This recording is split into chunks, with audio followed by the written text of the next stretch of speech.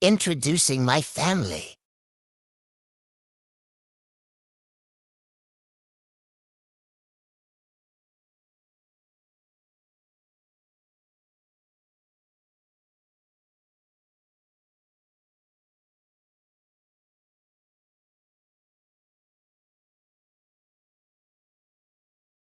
Hi guys, welcome back to our channel. So today I wanted to do a little story time about the time where I almost lost my life due to an ectopic pregnancy.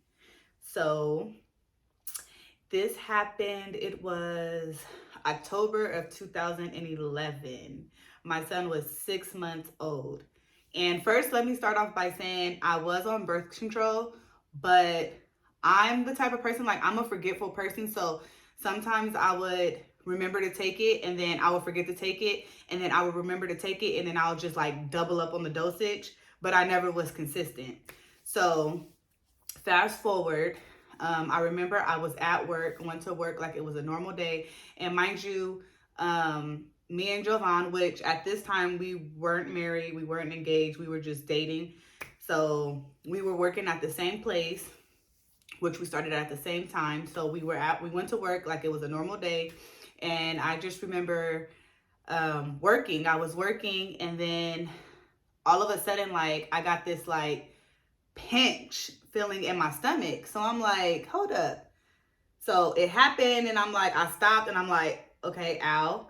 And then I continued to work, and it happened again a couple of more times. And then that last time, I was like, okay, maybe I need to go to the bathroom. Also, let me add, at this point, I did not even know that I was pregnant. So all the pain that I was feeling, I didn't think nothing of it. I thought I just had to use the bathroom because I didn't even know that I was pregnant. So, oh, wait, let's back up a little bit. So it happened a couple of more times, and then one of my employees, she noticed that something didn't seem right. So she was like, are you okay? Do you need, some medication or something? I'm like, no, I'm fine. I'm gonna just go to the bathroom. So I went to the bathroom thinking that I had to use the bathroom. I get to the bathroom and I use the bathroom. When I go to try to get up off the toilet, it was a wrap. Like, I literally could not move, like, pants down and everything. Like, I was in so much pain, like, I could not move. I was just like bent over, I couldn't move. I'm the only person in the bathroom at this time. Just so happened I'm the only person in the bathroom. So I had my phone, and remind you, I didn't have my manager's number, I didn't have my supervisor's number. So the first person I thought to call was my mom. So I called my mom while I'm still sitting on the toilet, pants down and everything, can't move. I called my mom and started crying, like, Mom, I can't move. She's like, what's wrong? I'm like, I don't know, I can't move. So she's like, you need to call for help. I'm like, I can't move. I have nobody's number. I think it had to be God. All of a sudden, and mind you, this is a female bathroom.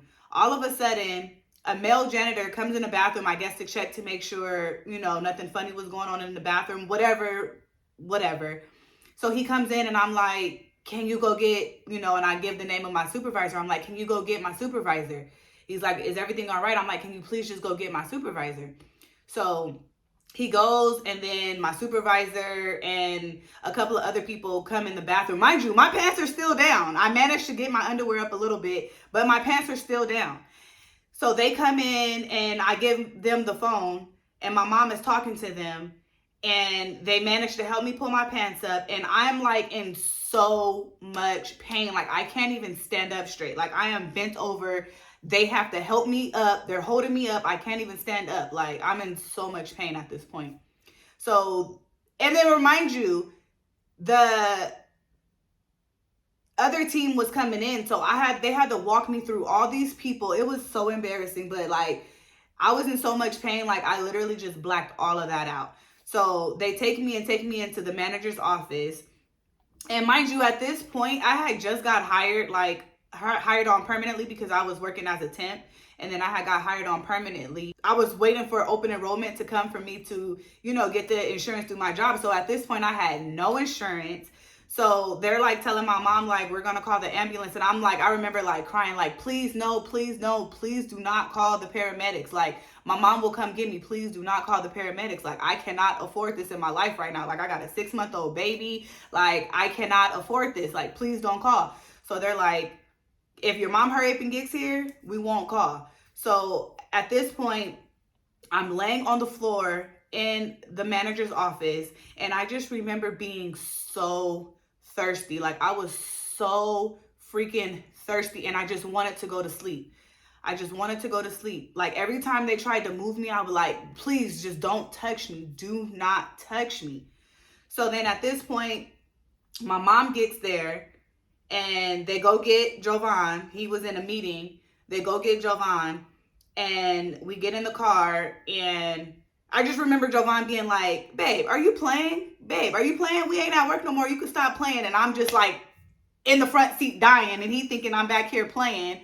So then my mom takes me to urgent care. And at this point, I'm still in the car, like, I just want to go to sleep. So I just remember like laying down, had my head like on the door. And I just remember like laying down, like just wanting to go to sleep. So my mom, I remember she pulls up to urgent care, and I guess she went inside and let them know what was happening. They like, nah, you got to take her to the emergency. So then I remember pulling up to the emergency. I remember them rolling out with the wheelchair and then rolling me inside. They took my blood pressure. As soon as they took my blood pressure, they was like, her blood pressure is extremely low. We got to rush her to surgery. So they put me on the gurney, and I remember my mom looking at me and saying, DeMonica, this is serious. We got to call the family.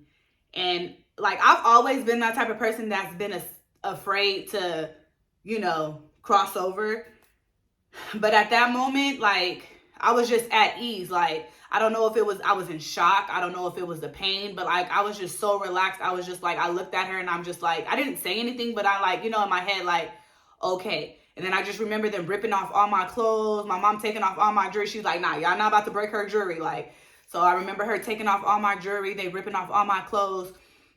And then I remember being back there in the surgical room and all the doctors around me. I'm just laying on the table. I guess they were waiting. I don't know what they were waiting for, but I just remember them all standing around me laughing. And in my head, I'm just like, bro, what the hell is funny? Like, I'm laying here dying. What is funny?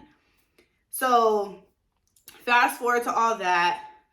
Wait, let me go back a little bit. So what ended up happening was I was pregnant in my tube, which is called a tubal. So as the baby got bigger, it caused my tube to burst. For those of you who do not know what a tubal pregnancy is when you get pregnant in your tube and the baby grows in your tube. Sometimes they are able to catch it. And then like me, like I said, I didn't know I was pregnant. So the baby just continued to grow in my tube, which caused my tube to burst. Tension feeling that I was feeling was my tube bursting. So I was bleeding internally in my stomach and I didn't know. So by the time I got to the hospital, the doctor told my mom that if she didn't get me there when she got me there, I wouldn't be here right now. And I'm just so thankful for her, because I feel like the type of person that I am and that Jovan is, I would have just been like, take me home. And he would have listened to me instead of being like, nah, babe, you need to go to the doctor. Like, so I'm just so thankful for my mom, and her quick thinking to just get me straight to the hospital. So anyways, so after surgery, I remember waking up and I remember the nurses trying to transfer me from the surgical bed to, the bed where you be in, like, once you're recovering. I just remember screaming like, please don't touch me. Don't touch me. Like, my whole body was hurting. Like, I did not want to be touched. Like, I was in so much pain. Like, oh my, like, I can't even describe how much pain I was in. I was like, please don't touch me. And he's sitting here looking at me like I'm stupid. Like, sir, I just almost lost my life and had to have emergency surgery. Like, don't look at me like that. So after surgery, the doctor ended up coming in there talking to me, and he lets me know that I had lost a lot of blood. He said that I had lost like a soda can amount of blood, and I ended up having to get a blood transfusion. I just remember being so sad that I had my son vaginally and then ended up having to be cut because, of course, I had to have emergency surgery. But then when you think about it, it's like, okay, you have a scar, but you're still here. Like, would you have rather lost your life? Like, so at the end of the day, I'm just glad that I'm still here and I just deal with the scar, of being cut. But because it's not that big of a deal at the end of the day. So anyway, so then I ended up staying in the hospital a couple of days, and then I went home. And I just remember when I got home going through my phone and seeing that Jovan was searching like all this type stuff, because of course he was scared to death. We had just had a 6-month-old baby. Like, you know, he was a first time dad, I was a first time mom. Like, you know, he didn't want to lose me. So it was just, I love seeing that, you know, like he was scared. But so when I got home, I was just in so much pain. And remind you, I lived upstairs at the moment, so I had to go all the way upstairs. Like, I was just in so much pain, guys. Like, it's just indescribable. So a couple of days had passed, and it was time for my checkup appointment. And I was still in so much pain. And mind you, I just had to have emergency surgery, and they wanted me to go back to work in like 2 weeks. Like, ma'am, what? Like, not me. I was still I couldn't even stand up straight, and y'all want me to go back to work? Yeah, nah, that wasn't gonna happen. So at my checkup appointment, the doctor was like, you shouldn't still be in this much pain. Like, and I'm like, I'm in so much pain, like I can't even stand up. So they went to do another MRI and found that I still had blood in my stomach. So he's like, I don't know if you're still bleeding, like if you know if your stitches came apart. I don't know if the doctor left it in there intentionally, because sometimes they do that. So at this point, I'm hysterically crying. Like, my mom took me to the hospital because Jovan had to stay home with the baby, and she ended up having to do something, so she just dropped me off. So I'm at the hospital by myself, scared out of my mind.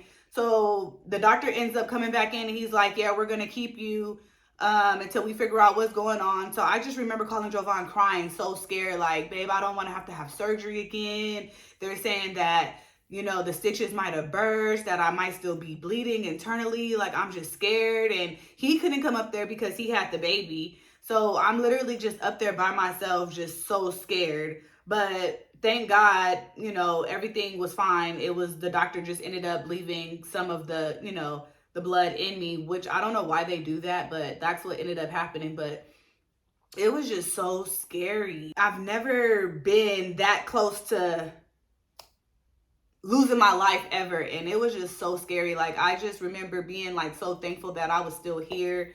And I don't know, guys, it was just so scary. Like, you know, if you've ever experienced an ectopic pregnancy, your tube bursting, comment down in the comment section and tell me your experience and tell me how you felt. So the end result, I ended up getting like a $30,000 hospital bill. But at the end of the day, I had my life, so they couldn't get the money until I got it. So like my grandma used to always say, as long as I owe you, you will never be broke. So I was just thankful to have my life. I ended up losing one of my tubes. I ended up losing my left tube. They couldn't repair it. So I only have one tube. But the doctor had told me that it was still possible to get pregnant with one tube. And at this point, of course, it was months later, but Jovan and I wanted a baby. Like, I really wanted, I had my son, and I wanted my, you know, I wanted my little girl. And I just remember being so down and out because we tried and we tried and we tried and we tried, and I just could not get pregnant. And I just remember giving up hope, like, it's not gonna happen. I only have one tube. I'm never gonna get pregnant again. I'm never gonna get my little girl.